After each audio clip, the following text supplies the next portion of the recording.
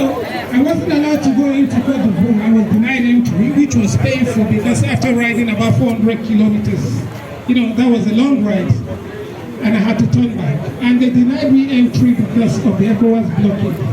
Yes, I got a laissez-passer. The Nigerian ambassador gave me laissez-passer to ingress Côte d'Ivoire. But when I got to the border of Côte d'Ivoire, I understand their action, because if somebody did that to Nigeria, I would expect the same thing. Because the Côte d'Ivoirian told me that the Nigerian ambassador doesn't have a right to issue a laissez-passer to ingress their country. It is the Côte d'Ivoirian ambassador that has a right to issue a laissez-passer for me. Côte d'Ivoire is a sovereign nation just like Nigeria. Côte d'Ivoire cannot issue a permit for somebody to come into Nigeria. I was angry, it was painful for me, but to say the fact, they were right, they were justified. So I called back to the Nigerian ambassador. It was on a Sunday, and they said, okay, they will sort it out on Monday. But I didn't want to stay there, so I decided to go into Burkina Faso. And so I rode into Burkina Faso. I went to the Sikasso border, which is another 400 kilometers away. Then the following morning, on Monday, I rode into Burkina Faso. Then by 10 o'clock, the Nigerian ambassador, they sent me the laissez-passer from the Côte d'Ivoirian ambassador to ingress Côte d'Ivoire. So the following day, I ingressed Côte d'Ivoire. But when I was in Burkina Faso wasn't part of my route at all.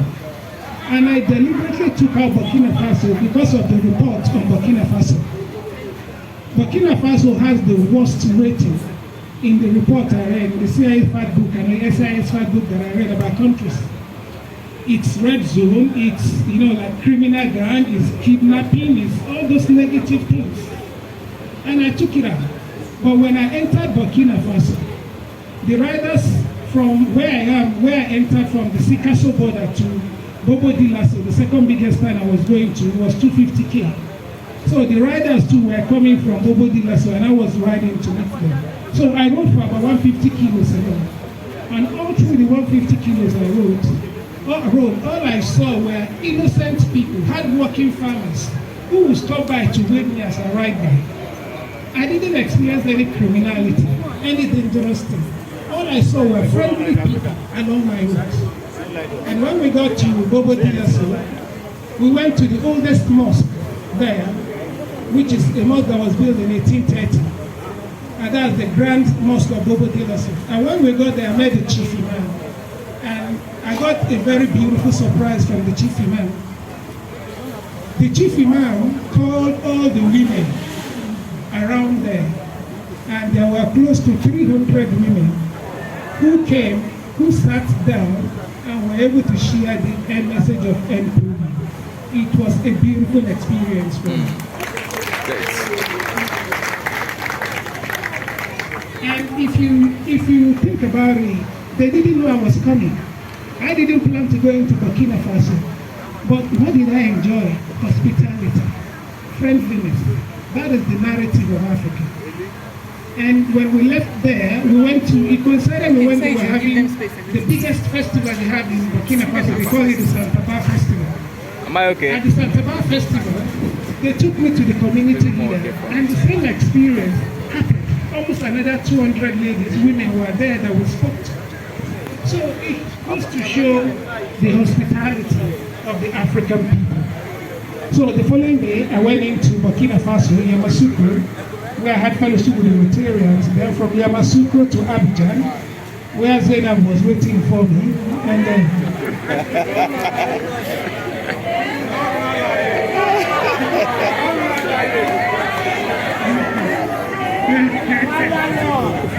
I actually planned, initially, I thought I was going to stay one night in Côte d'Ivoire. I don't know, I ended up spending 3 nights in Côte d'Ivoire. There is a reason for that. You understand.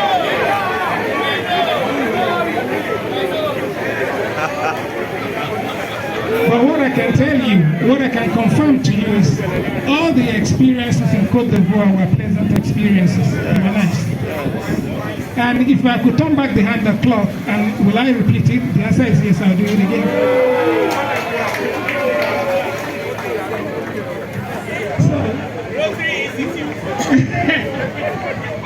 So from Abidjan, I left for Ghana. That's the Enugu border in Ghana. Then from Ghana, I had interesting time with the Rotarians. Then from Ghana to Lome, where I also have a very, very exciting time, you know, with the Rotarians and everyone there and the biking community.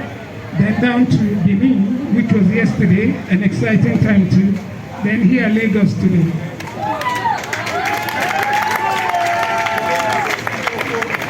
And I was telling you, the Lagos bikers blew me out. Not just Lagos bikers, Nigeria bikers. Those guys, all through, despite the traffic and the road conditions, those guys rode like they were on steroids. I love their riding. So, a big thank you to the Lagos bikers. Thank you so much. So, the summary of my story now in one sentence, which I'm going to tell you all, is about Africa. Africa is a lovely country. Like I said before, I've been fortunate or opportunity to visit about 75 countries around the world. And I can tell you the experience of concrete, visiting concrete and seeing concrete, as to the experience of experiencing true hospitality, friendliness, the people of Africa, the generosity of African people, and the diversity of our culture is totally is worth far more than the concrete that I spent a lot of money to see. So I use this medium to say to you all, in your next vacation, in everything you do, please think Africa. Africa is beautiful. Another wonderful round of applause for our life. Please, a standing ovation for our lioness. A standing ovation for our lioness.